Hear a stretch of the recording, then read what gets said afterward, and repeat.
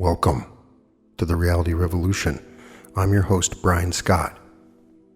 Today, I'm doing an episode on confidence. This is such an important aspect of everything that we do, and I have not addressed it enough. I've dedicated several episodes to it, but clearly not enough. I am asked about it all the time in messages and emails. People really struggle with confidence, feeling inferior. We've dedicated an episode to transurfing the insecurity labyrinth. We've dedicated an episode through Dr. Joseph Murphy's teachings to the power and magic of self-confidence. And I have a confidence hypnosis that I offered early on in the podcast. It is one of the most essential elements. If you read a lot of the old New Thought authors like Robert Collier, they talked about the confident expectation being the fundamental element of reality creation. And how are you going to have confident expectation if you have no confidence in yourself? This is not service to just yourself. By gaining confidence, it gives you faith. There is a fundamental tenet. There's a power to confidence. I can only tell you that in my own case, if you start to formulate confidence, it allows you to do a lot more things. I, at one time, had a huge underbite, but when people saw me, they didn't really see it. Only if I were to smile, so I really wouldn't smile. And when I did smile, people didn't really notice it. But it was so deeply embedded in me that I couldn't smile, and I felt so insecure about it that I really couldn't interact properly with large groups of people. I would just think, oh, there's this thing about me that everybody is looking at. And then I got a jaw surgery, and I had the bone taken out of a portion of my mouth, bone from my hip, and had my jaw wired shut. And I was so excited because now I'll be able to smile, and everybody will see my new smile. And I noticed nobody noticed the difference. It was all within me. In the book Psycho-Cybernetics by Maxwell Maltz, he was an old plastic surgeon, and he would see these incredible transformations that would occur for people for very small things, a slight adjustment in their nose or their eyebrow or something like that. And it would give them such confidence. They would achieve amazing things. There's no way I would have the confidence to be speaking to you if I hadn't gone through these trials of confidence and gaining confidence in my own voice. It is a magical power if you can gain some confidence. There's also the question of balance. Can you gain too much confidence? So we're going to discuss several different teachings about confidence so that we can understand it better. And at the end, I invite you to take the code of confidence with me. And if we swear to this code, I believe that we can overcome any problems we have in the future, and we can gain the confidence we need to help as many people as possible. Harold Sherman, who we've talked about in other episodes, particularly How to Recognize Your Hunches, wrote a book called How to Turn Failure into Success, and has a chapter called Get Rid of Inferiority Feelings and Gain Confidence. It's also discussed by several additional authors. What do you think the word confidence means? The dictionary says it's a state of feeling sure. I'd like to add a few words to that. It's a state of feeling sure that you can and will make the best of whatever happens. That no failure is complete or final. That failure can be turned into success. P.T. Barnum, the great showman, was once awakened from a sound sleep in the middle of the night. Mr. Barnum, the messenger told him excitedly, the winter quarters of the circus in Florida have been completely destroyed by fire. Barnum sat up, blinking his eyes. What are you going to do? Asked the messenger, expecting Barnum to leap from bed and start issuing orders. I can do nothing tonight, Mr. Barnum replied quietly. I'm going back to sleep. Think of it, millions wiped out, valuable property and effects, much of it irreplaceable, costly and rare animals destroyed, and yet P.T. Barnum faced with the enormity of his loss, possessed sufficient faith in himself and in the future to be able to turn on his pillow and go back to sleep. That is confidence. Within 6 months, because Mr. Barnum believed in the philosophy of making the best of whatever happens, his greatest show on earth was greater than ever. Perhaps you may never suffer a loss of the magnitude of P.T. Barnum, but when you lose everything you own through one disaster or another, a bad business deal or investment, your loss is as great to you as P.T. Barnum's was to him. Are you prepared to face whatever happens with the resolution to make the best of it? This attitude of mind can mean the difference between success and failure. Just as I discuss in my meditation, everything is working to your advantage. If you instill that in your mind, no matter what happens, you have the confidence that everything is working to your advantage. It is a way of thinking. To be a doer requires confidence in yourself. A study of the lives of men and women who have been crushed by their mistakes and handicaps has revealed that most of them have been shackled by feelings of inferiority. Try as they might, they could not rise above these feelings because they had sold themselves on their inadequacies. They found it impossible to cope with certain situations, to meet and compete with certain people, to solve their personal, social, and business problems. Are you wrestling with an inferiority complex? If you are at least wrestling, that's a good sign. Many people have given up this struggle and have resigned themselves to lives of mediocrity, convinced that they can never gain sufficient self-confidence to amount to anything. Lack of confidence due to physical handicaps. A feeling of mental inferiority is one form that lack of confidence takes, and a feeling of physical inferiority is another.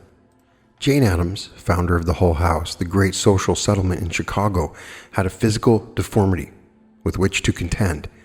It started her off in early life with a deep feeling of inferiority, and had it not been for a certain incident which proved to her that a physical handicap need not be a drawback in life, Miss Addams might always have been an unknown, might never have developed the great qualities that were in her.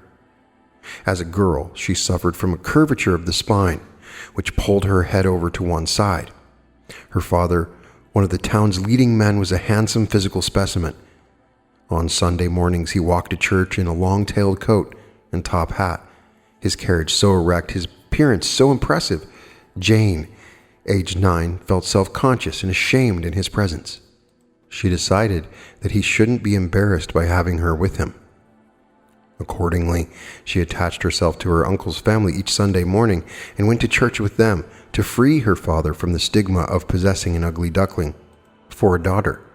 One day, Mr. Addams took Jane to a neighboring city on business and left her to window shop while he called at the office of the mayor and other officials across the street. After an hour or so, Jane saw her father emerge in the company of these gentlemen and look for her. She hid herself behind a lamppost, mortified at the thought that these prominent men would behold her father's deformed little daughter. But it was too late. Mr. Addams had seen her. Waving gaily at her, he crossed the street with the 3 men following. Then, as he approached the trembling, self-conscious little girl, he took off his great top hat and bowed while introducing her to his prominent friends. They too removed their hats and bowed, greeting her in the courtly fashion that might have been bestowed upon a visiting princess. "In that moment," said Jane Addams, as she referred to this incident in later years, "I knew it wasn't my crooked back which counted, it was the spirit within." This spirit, once aroused in Jane Addams, released her from childish feelings of inferiority. It enabled her to get a new perspective on life, to look away from herself, to see and to understand and to sympathize with the handicaps and sufferings and privations of others. The realization that these distinguished men had seen something in her beyond her physical deformity caused Jane Addams to decide that she would develop such character and charm and graciousness that no one would be conscious of her external appearance. She would never feel sorry for herself again. So successful was she in this that in her adult years, while she wore a brace which held her back in place, few of even her closest friends knew of this deformity. It is how you accept what happens to you and what you do about it that counts. To gain self-confidence, play up your good points, play down the bad. None of us is perfect. This is an obvious statement. We all have our faults. But that does not mean we are also lacking in good qualities. Why then should we permit ourselves to be discouraged by weakness? Strong feelings of inferiority and lack of confidence hinder us so that the fine abilities we do possess cannot be realized. Young people especially often feel backward when out in company, afraid to take part in conversation or to tell others what they think about various subjects. One way to lick this self-consciousness in the company of others is to adopt a definite plan. Concentrate upon one subject, and to make it easy, choose the subject you know the most about. This subject can be anything: juvenile delinquency, traffic problems, childcare, gardening, cooking, sports, travel, education, current books, pictures and plays, water dowsing, flying saucers, scientific advances, what's on television, aviation. You take it up from there. Choose whatever subject interests you the most, and which you can talk about naturally and convincingly. Study up on it. Give thought to it. Make yourself an authority. The advantage of this plan is that when you have developed a real interest, you can talk with ease, confidence, even enthusiasm, and others will listen to you and be impressed by what you say. They may not share your same interest in the subject, but they will respect you for your interest and knowledge. Recently, I was present at a social gathering of highly intelligent and experienced men and women. They were held spellbound by a man who told them of his investigation of the mystery of flying saucers. This man was no college graduate. He was not well-to-do. His name was not in the social register. But he was an acknowledged authority on this one subject, and everyone sat literally at his feet, fascinated by his stories. Get this man off onto another subject, and he was comparatively dumb, but he had the good sense to remain quiet sometimes and let others carry the ball. Then, when the conversation would drift back to flying saucers, he would pick the ball up again, and he was once more the center of attention. There is nothing that can give you more inner assurance in the presence of others than your ability to converse intelligently upon one or more subjects. Once you have developed the capacity to do this, you can begin to expand your knowledge and interest in other directions. Flatter others by showing a sincere interest in them, or as transurfing refers to, frailing. One of the most popular women I know confessed that she overcame deep feelings of inferiority and self-consciousness by showing a sincere interest in others. "Oh, please tell me more about that," she would say to some friend or stranger at a social function. "I really envy you for having had such an experience. It's something I've always wished I could have done myself." You can imagine how genuinely pleased the individual addressed is to have such an interest displayed in him or her. This always engenders a friendly feeling.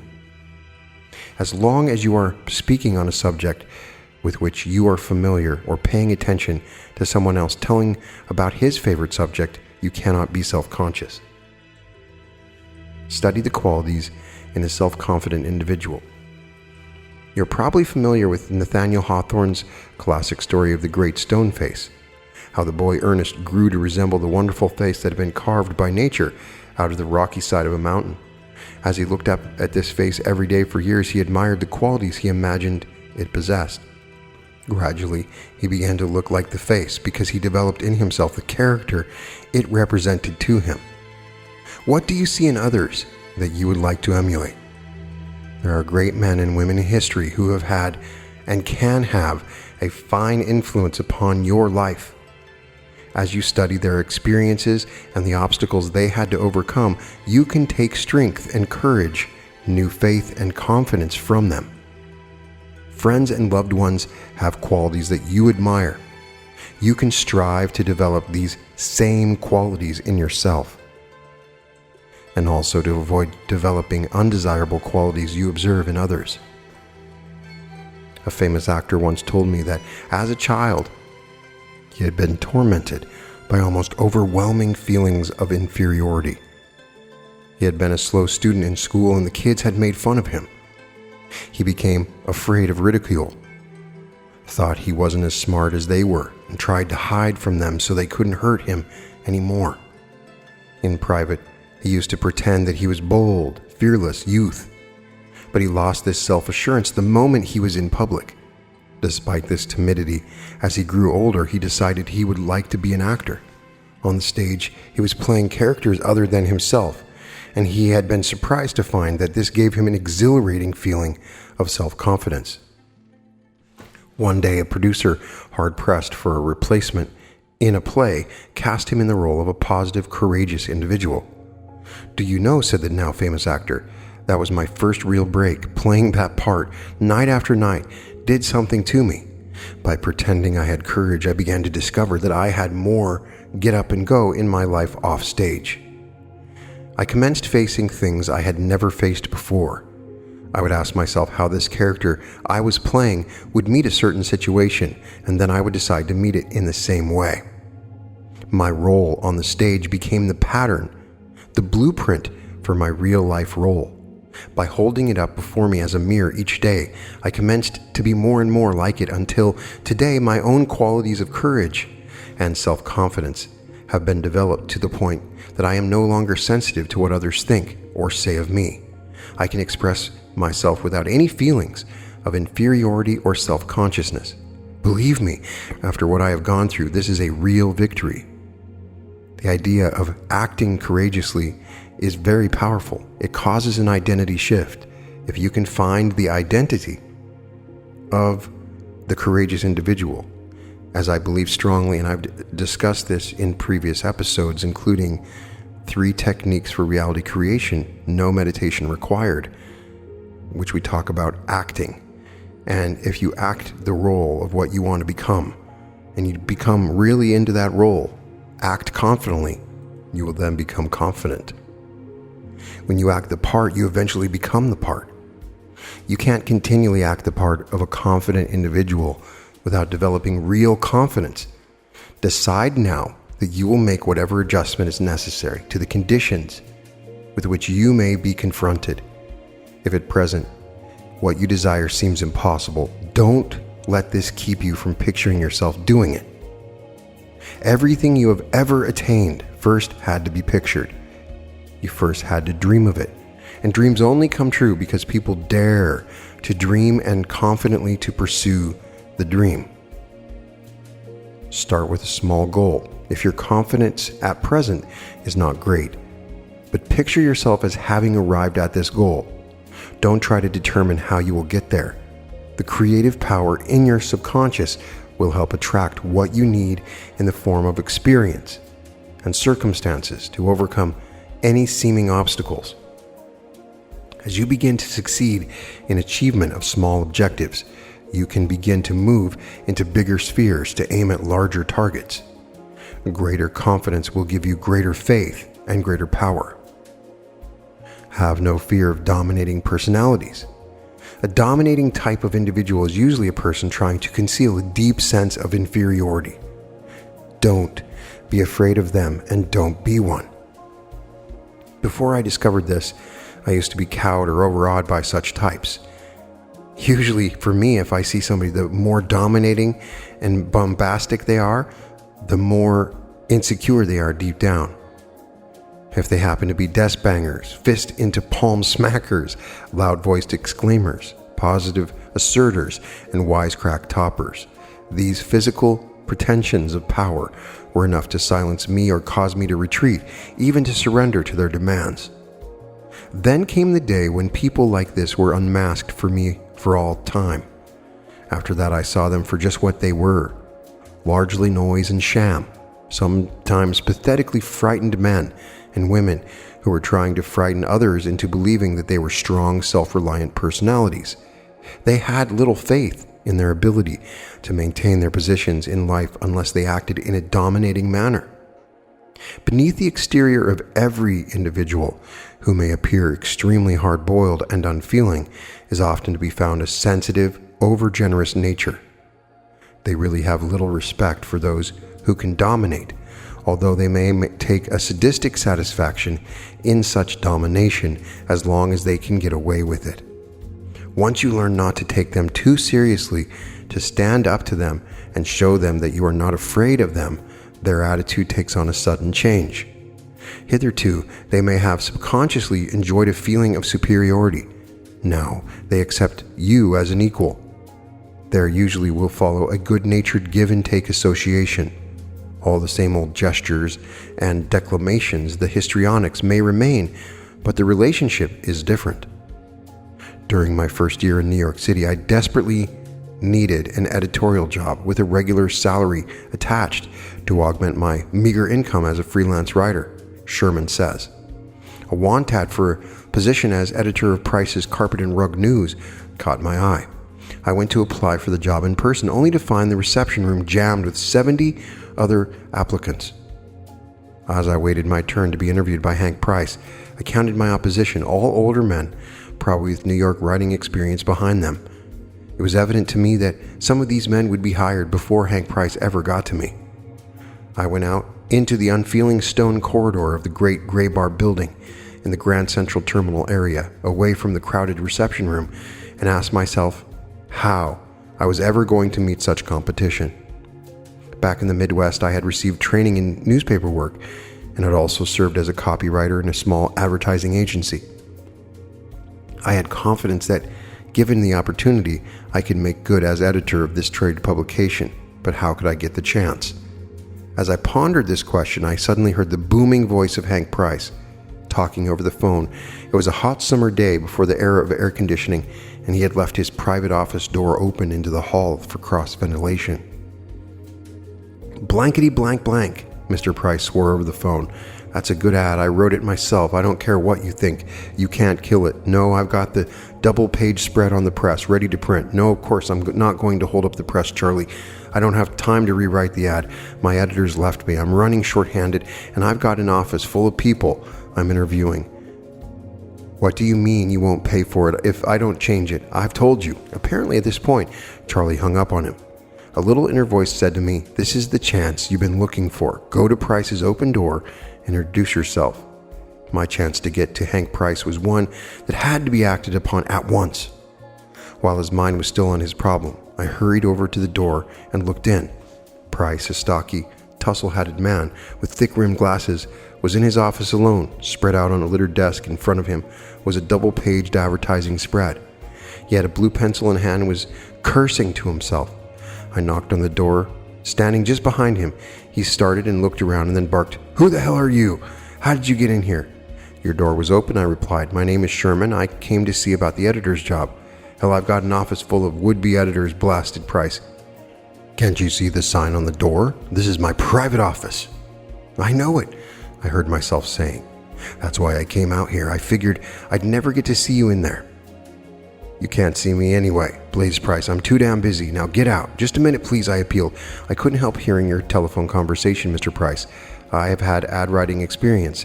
How about giving me a chance to rewrite that ad for you?" Price looked at me with sudden, sharp interest. "You're not a New Yorker, are you?" he demanded. "No, sir. I just recently came from the Midwest." "I'm a Midwesterner myself," he snapped. "Okay, Sherman, come in here, take a seat over there, and look over this ad. See what you can do with it.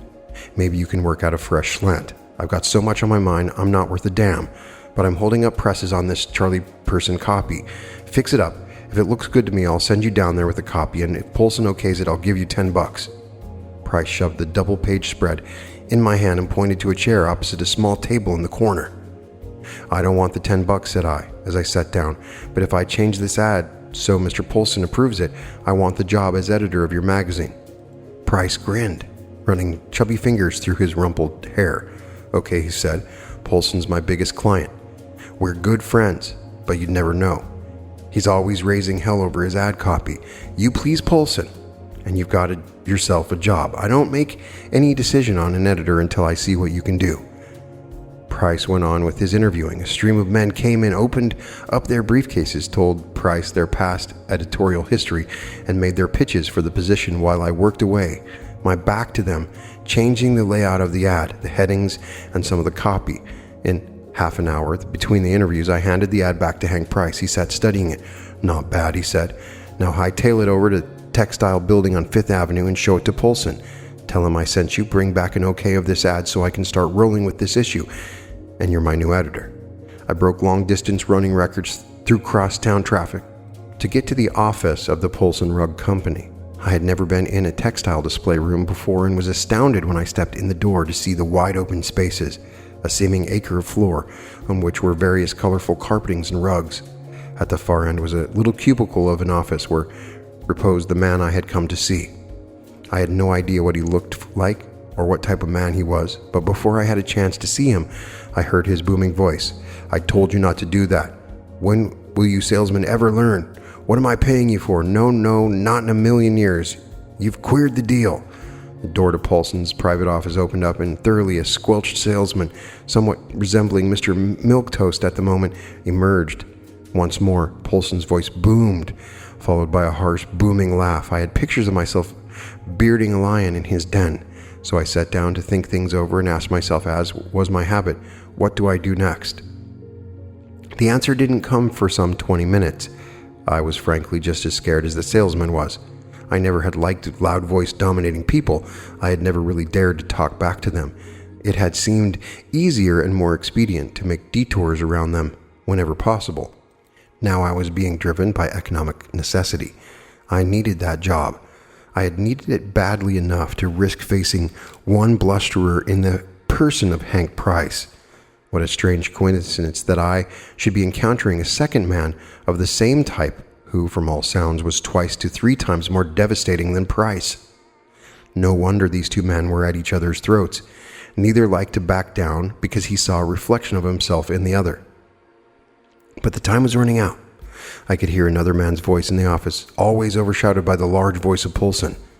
I opened the door and looked in. There sat, leaning back in an oversized swivel chair, one of the biggest men I had ever seen. He must have weighed around 300 pounds. "Well, young man," fired Polson, "where are you from, and what do you want?" "I've got the revised advertising copy," said I, wondering what had happened to my voice. It was a bit quavering, and I discovered that my heart was pounding. But if Polson would be okay with the ad, what if he threw me out? "Let's see it," demanded Polson, and made me grab for the copy. He spread it out on his desk before him and scowled at it. "Who rewrote this heading?" "I did," said I. "I don't like it." "It's much better than the old heading," I defended. "It is?" Polson eyeing me, biting hard on the stub of a cigar. "Why do you think so?" I explained in selling language why I felt the heading I had created was better and more effective. "That's what you think," said Polson. "You might be interested to know, young man, that I wrote the other heading myself." This was a wallop. I had thought, of course, that Hank Price had been responsible for the whole ad, but I decided to stand my ground. "I don't care if you did," I rejoined. "Your heading threw the whole ad out of balance. That's why Mr. Price hasn't been able to write good copy behind it. That's why I changed it." Polson sat eyeing me, then eyeing the ad. "How long have you been with Hank Price?" "About half an hour," I answered. "Just long enough to revise this ad." "And you think it's good?" asked Polson, chewing on his cigar. "It's damned good," I said, using language that I felt he would understand. "What happens if I don't okay it?" asked Polson with just the trace of a smile. "If you don't okay it," I said, "I don't get the job as the new editor of Price's Carpet and Rug News." Polson reached for a pen, jabbed it in ink well on his rugged desk, and scrawled "OK" across the face of the advertising layout. Then he signed his name, picked up the copy, and handed it back to me. Of course, I got the job. Charles Polson and I became good friends. He was one of the biggest-hearted men I have ever known. But you had to get beneath his gruff exterior and his ferocious bark to realize it. He told me later that he knew little about advertising, and that he only challenged those who wrote his ads so he could be sure the ads were as good as they could be written. If the copywriters wouldn't defend their own ads, it was Polson's opinion that they weren't too sure they amounted to much themselves. In this way, he felt he was able to egg them on to turning out the best copy of which they were capable. I had an instant hit with Polson because I had stood by my guns and fired back at him with definite reasons why I had felt my revision of his ad was an improvement. Since this experience, I have met many men and women like Messrs. Price and Polson whose dominant attitudes have awed or overwhelmed numerous friends and relatives. I have either treated their positive assertions with humorous rejoinders or positive expressions of my own. When they have not been able to get me to back down, we have established lines of mutually respecting association. I no longer feel inferior in the presence of such people, or ill at ease. In fact, understanding them and their natures, I truly enjoy them. Check your own self. Should you be covering up a feeling of inferiority by a dominating attitude, recognize this attitude for just what it is, and attempt to impress people with your authority, your importance, all of which is quite unnecessary. What you really are speaks louder than any front you can possibly put up. Case History Dynamic 3, how Jess Smith learned to sell by failing as a salesman. In the year 1925, J. Warren Smith of Portland graduated from Oregon State after a year of working in a drugstore. He accepted a position as a salesman for a rheumatic remedy and accompanied the sales manager to Seattle to sell his merchandise for drugstores by calling on people in their homes who were afflicted with rheumatism. Since his salary and all expenses were being paid, he felt that he had to justify them by achieving a high volume of sales. Selling, however, was an entirely new experience for Jess. He memorized all the reported qualities of the medicine and tried to persuade people to buy it without success. After 8 days of conscientious but fruitless high-pressure effort, he had not made a sale. Defeated and despondent, he went to the sales manager and told him he wanted to quit. "I've never tried harder, but people just won't buy. I'll never make a salesman." But the sales manager refused to accept Smith's resignation, so he went back on the job. Convinced that he was no salesman, he didn't try to sell. Instead, he started calling on people, expressing an interest in their ailments and a sincere desire to be of service. An elderly lady, a chronic rheumatic sufferer, after reciting her troubles to Jess, ordered 6 bottles of the remedy the moment she learned that she could replenish her supply through him. He broke speed records, running out to his car and back for the required merchandise. When he returned and she had given him a check for $30, considered a big order in those days, Jess knew he had discovered the secret of selling. It was giving service first. This was the secret which was to lead him to great success, a secret which came to him as a result of failure in trying to sell simply a product alone. Today, over a quarter century later, Jess Smith occupies the top position as a partner in one of the world's largest manufacturers of an asthma remedy, a company whose product is sold in 57 different countries. Asked what he considers the primary requisite to any business success, Jess Smith emphatically declares, first, make sure that what you are doing and what you are selling are rendering a service. All that is worthwhile in life can be summed up in one word: service. Any good business deal must provide an exchange of values to all parties concerned. If it does not, it will eventually fail. It is literally and positively true. You must sincerely and honestly give before you can hope to receive. Feelings of superiority and inferiority are indicative of dependent relationships. When you compare your own qualities to those of others, you inevitably create excess potential.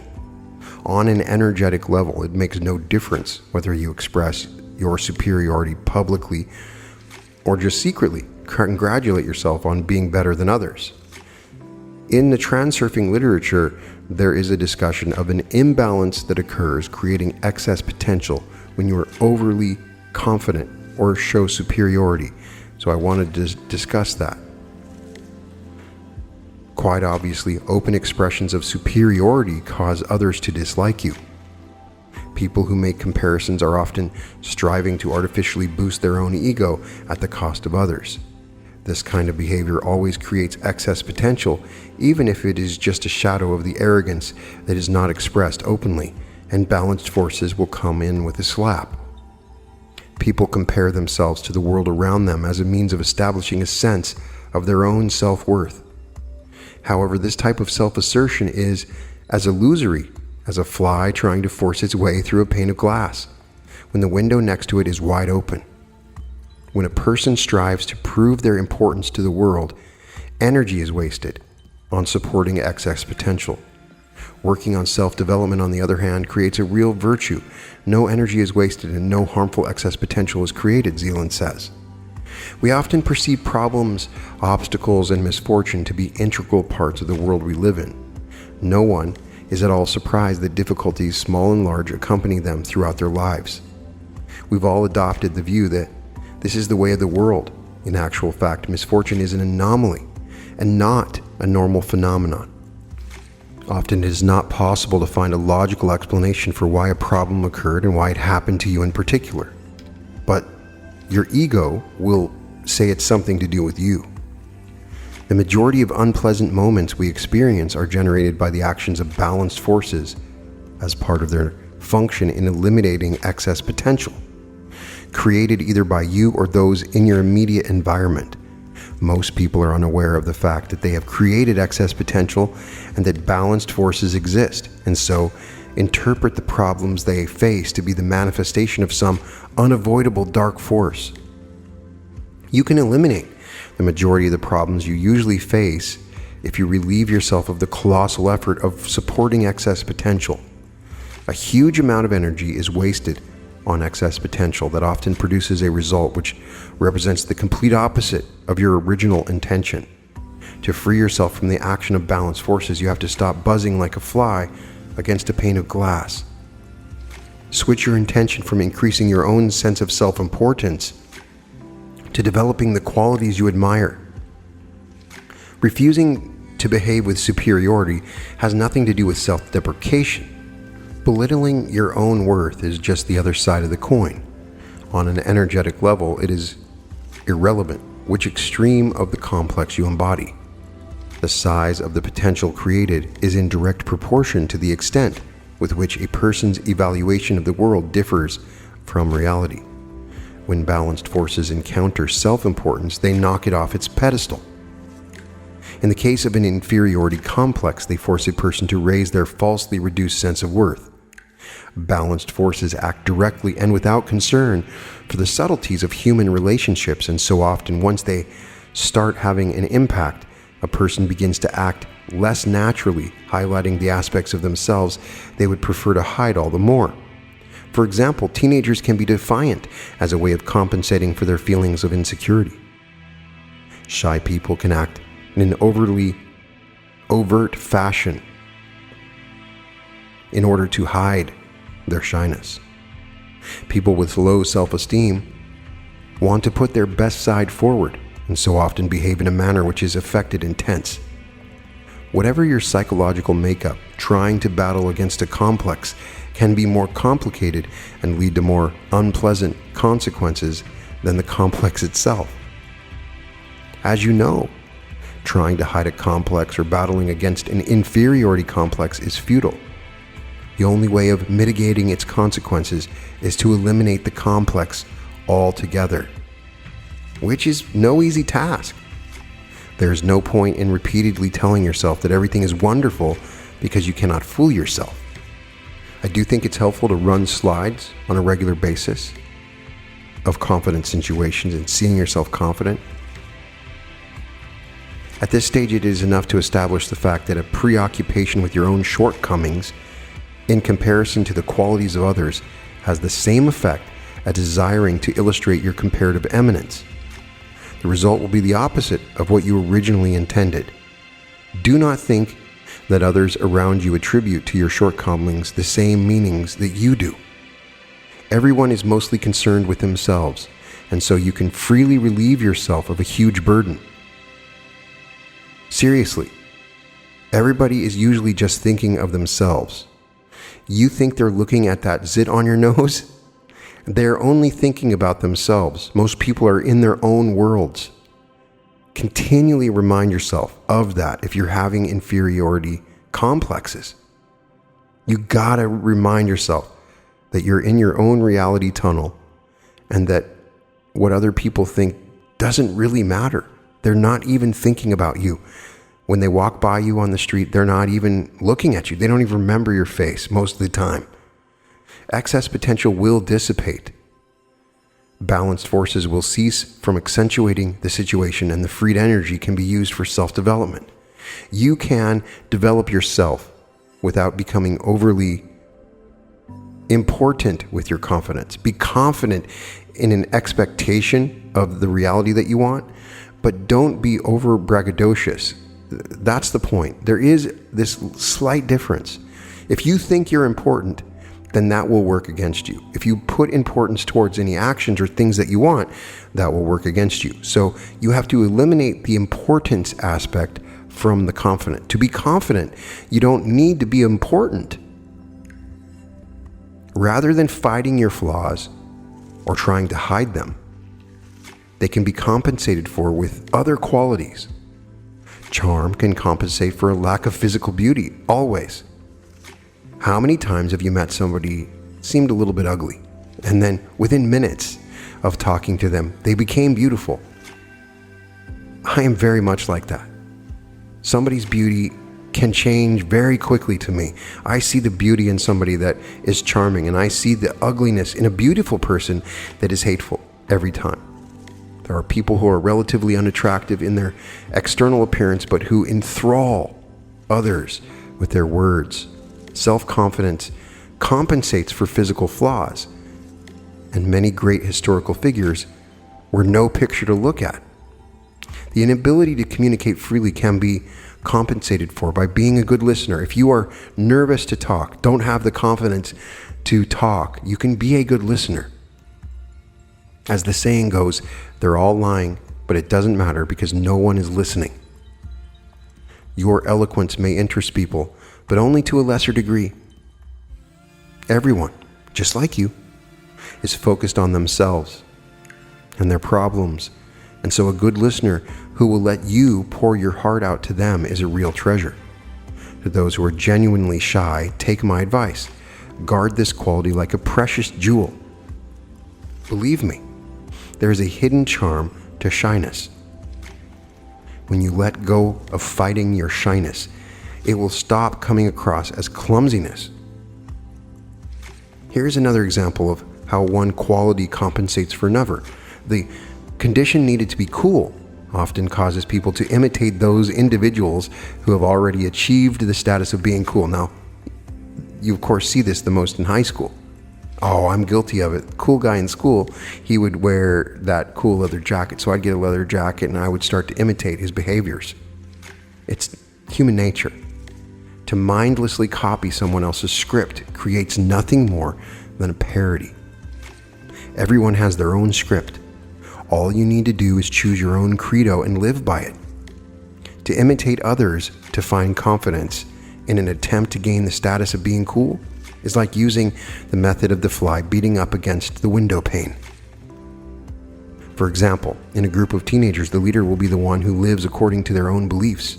The leader is therefore free not to take advice from others on how they should act. The leader does not need to imitate anyone. They simply have a worthy opinion of themselves. They know what they are doing. They do not need to suck up to anyone or prove anything to anybody. The leader is therefore free of excess potential and receives the deserved advantage. In any group, the leader is always the person who lives according to their own beliefs.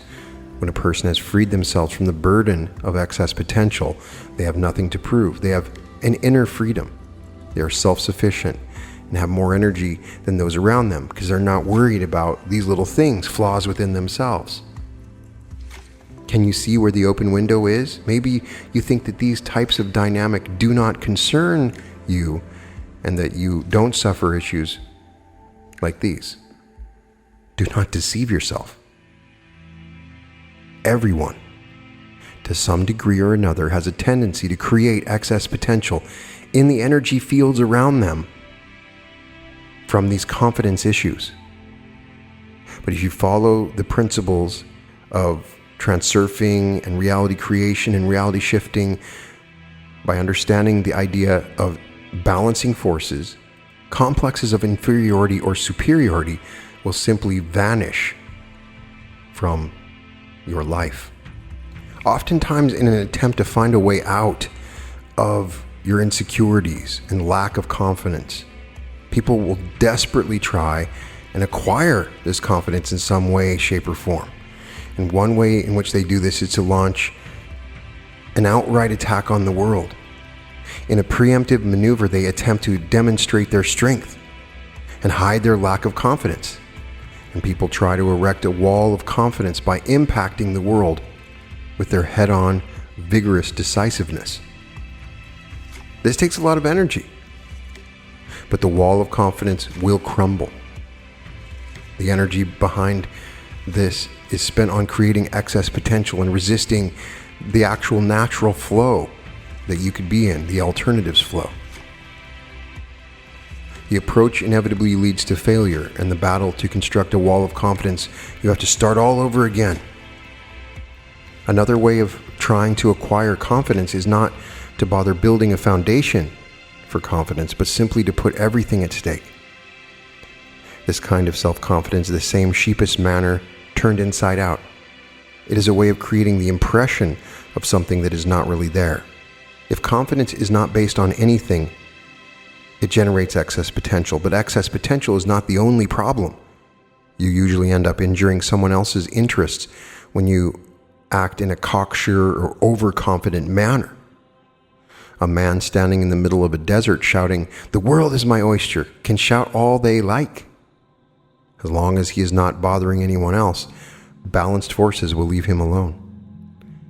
However, when unfounded self-assuredness begins to compare itself with the abilities of others, dependent relationships are created.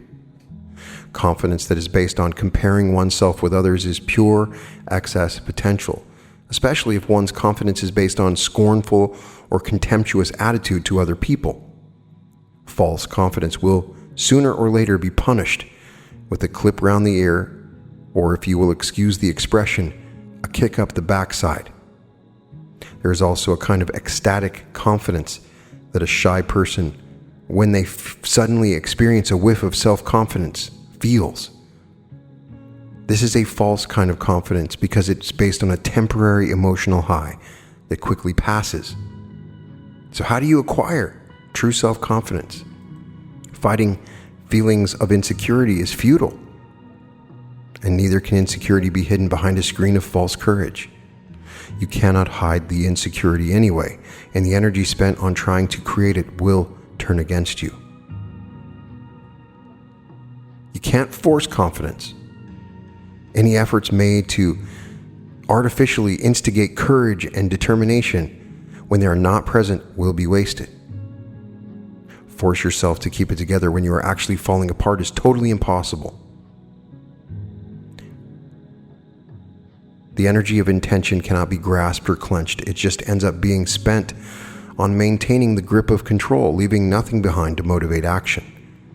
It is ridiculous to try and develop confidence in any way at all.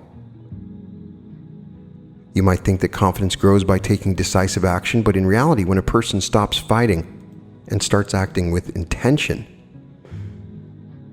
they move with the flow of the alternative space or the script, and they let things go. That is when success occurs. So the confidence that you need is in the confident expectation that things will work out, not in being braggadocious or worrying about insecurities, trying to cover those things up, focusing on things that you're flawed with or your beauty. All of that stuff, just forget about that. What I'm saying that you can do is that you can create confidence. I do believe that you can do it through auto-suggestion. You can repeat affirmations. I do believe that it works. There are several affirmations, and I'm going to give you the code of confidence here in a second. Others would say that you can't.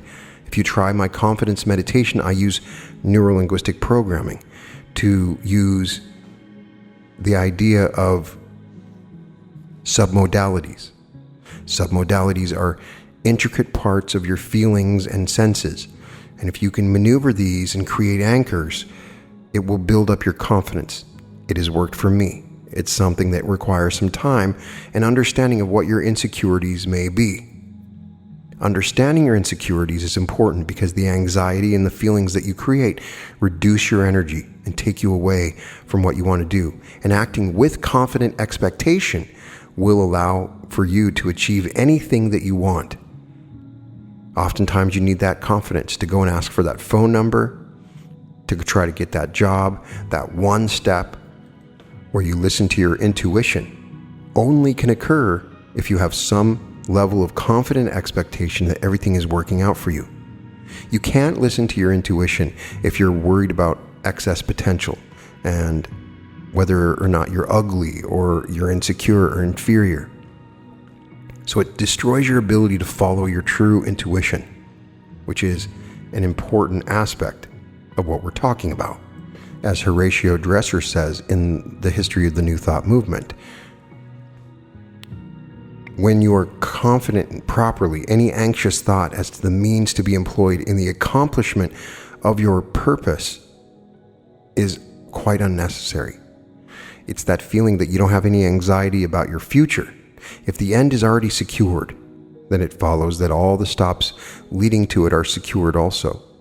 The means will pass into the smaller circle of our conscious activity day by day in due order. And then we have to work upon them, not with fear, doubt, insecurities, or feverish excitement, but calmly and joyously, because we know that the end is already secured and that our reasonable use of such means as present themselves in the desired direction is only one portion of a much larger coordinated movement, the bridge of incidents that Neville Goddard talks about, the final result of which admits of no doubt. Mental science does not offer a premium to idleness, but it takes all work out of the region of anxiety and toil by assuring the worker of the success of his labor, if not in the precise form he anticipated, then in some other still better suited to his requirements. The confidence that you have is better explained in A Prayer as a Force. A. Maud Royden compares the man who trusts his desires to prayer with the swimmer who trusts himself to the water. The idea of confidence is that it's outside of you, the confident expectation that some greater force is going to help you. So let me give you an example. Let me give you a simple figure which I think may perhaps convey my meaning. If you're trying to swim, you must believe that the sea is going to keep you afloat. You must give yourself to the sea. There is the ocean, and there you are in it. And I say to you, according to your faith, you will be able to swim. I know perfectly well that it is literally according to your faith. A person who has just enough confidence in the sea and in himself to give one little hop from the ground will certainly find that the water will lift him, but not very much. He will come down again. Persons who have enough confidence really to start swimming, but not more, will not swim very far, because their confidence is so very small, and they swim with such rapid strokes, and they hold their breath to such an extent that by and by they collapse. They swim 5 or 6 or 12 or 15 strokes, but they do not get very far through lack of confidence. A. Maud Royden says, persons who know with assurance that the sea will carry them, if they do certain things, will swim quite calmly, serenely, happily, and will not mind if the water goes right over them. Oh, you say, that person is doing the whole thing. He can't do it without the sea. You might hypnotize people into faith. You might convince them through autosuggestion. You might say through affirmation, you are now in the ocean, swim off the edge of the precipice, which really is a cliff. You might make them do it. They might have implicit faith in you. You might hypnotize them into thinking they are swimming. But if they swim off the edge of the cliff, they would fall. You can't swim without the sea. I might say to you, it lies with you whether you swim or not. According to your faith, be it unto you. But if the sea is not there, you can't swim. That is exactly what I feel about God. According to your faith, be it unto you. Yes, certainly if you try to swim in that ocean, which is the love of God, your faith will be rewarded. And according to your faith, it will be to you in exact proportion to your faith. You will find the answer like a scientific law. There is not one atom of faith you put in God that will not receive its answer. As Robert Collier says in the book The God in You, without confident expectation of faith, there will be no kindling of the flame of insistent desire, no application of the steel of persistent determination, unless faith expresses itself in the confident expectation of the obtaining or attainment of the thing desired and willed. Then will desire find it difficult to want it hard enough, and will will find it impossible to persistently determine to obtain it. Desire and will depend upon faith for their inspirational forces by means of the latter. The energizing force of desire and the dynamic forces of will are inspired and vitalized and have the breath of life breathed into them through confident expectation. Those words, confident expectation, are the key. You don't need to necessarily be super confident. It's okay to have inferiorities. Don't let them become excessively potential. Don't let them create imbalances in your life. Create charm. Be positive with others. Remember that if you're dealing with others, they're probably insecure as well, and they're not looking at your own insecurities. Confident expectation is the key, that things will work out according to the rule observed in past actions. You cannot get away from faith in your thoughts and beliefs concerning the present and the future. So confidence, let go of these thoughts that you have about your own confidence that you can or can't do something. Imagine the reality that you want and have confident expectation in it. And slowly over time, you'll become more confident. And I do believe that if you begin to act confidently, as in a role, take on a role of someone confident. It may take some time, but as the story we gave earlier, then you will start to become confident. Just assume the state of confidence. It may feel imperceptible and may not work, but you can use this and then become confident in the process. William Walker Atkinson, the classic New Thought author that was one of the originators of the law of attraction, who wrote a book about the law of attraction in 1906, states that the man who believes thoroughly in himself and maintains a positive, strong mental attitude of confidence and determination is not likely to be affected by the adverse and negative thoughts of discouragement and failure emanating from the minds of other persons in whom these last qualities predominate. At the same time, these negative thoughts, if they reach one whose mental attitude is pitched on a low key, deepen his negative state and add fuel to the fire which is consuming his strength, or if you prefer this figure, serve to further smother the fire of his energy and activity. And the man who looks for good in everything and everybody will be likely to attract to himself the things and people corresponding to his thought. So confidence is one of the things to remember when we talk about thought currents. If you open yourself up to inferiority thoughts, it's a thought current which has thoughts from other people that have nothing to do with you. You may think these are your thoughts. They're not. You're moving into a stream of thoughts like tuning in the radio. So your confidence thoughts create a snowball effect, additional thoughts, and it goes on and on and on. So it's important that confidence is important. When your mind is operating along positive lines and you feel strong and buoyant, bright, cheerful, happy, and confident, not overly braggadocious, but courageous, and you're enabled to do your work well, to carry out your intentions and progress on your roads to success. You send out strong, positive thought, which affects others and causes them to cooperate with you or follow your lead according to their own mental keynote.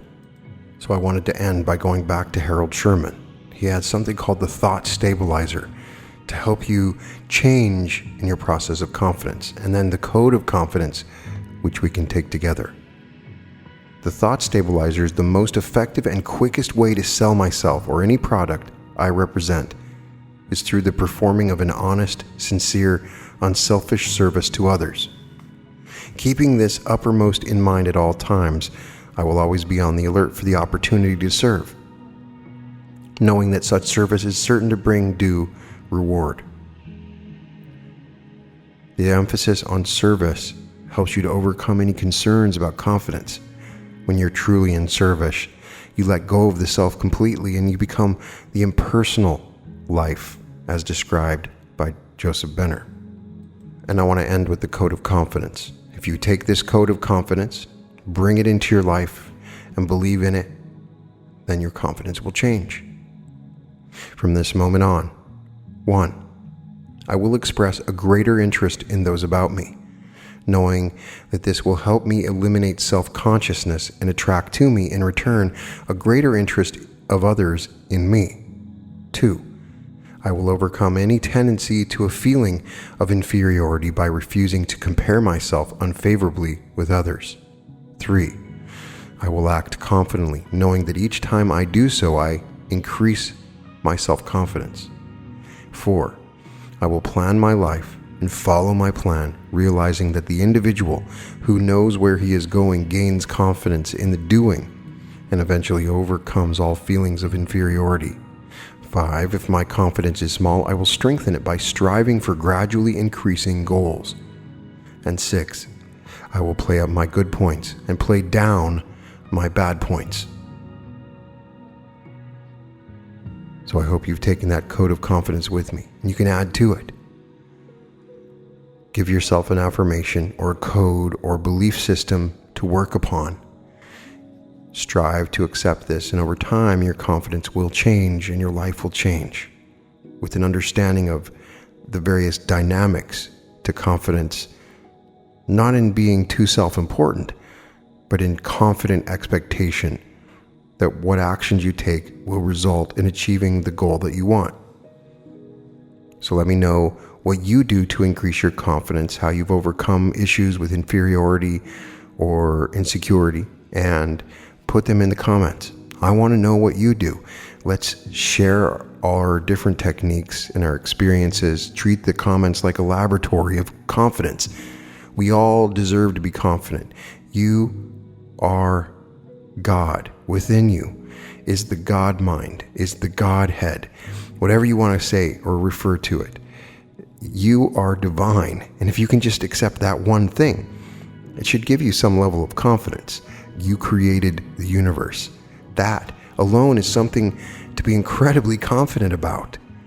And someday you'll be able to look back on all those little insecurities about how you look or how you talk or whatever it is, and laugh at them, at how ridiculous they are when you understand your true divinity and power. All episodes of The Reality Revolution can be found at therealityrevolution.com, and welcome to The Reality Revolution.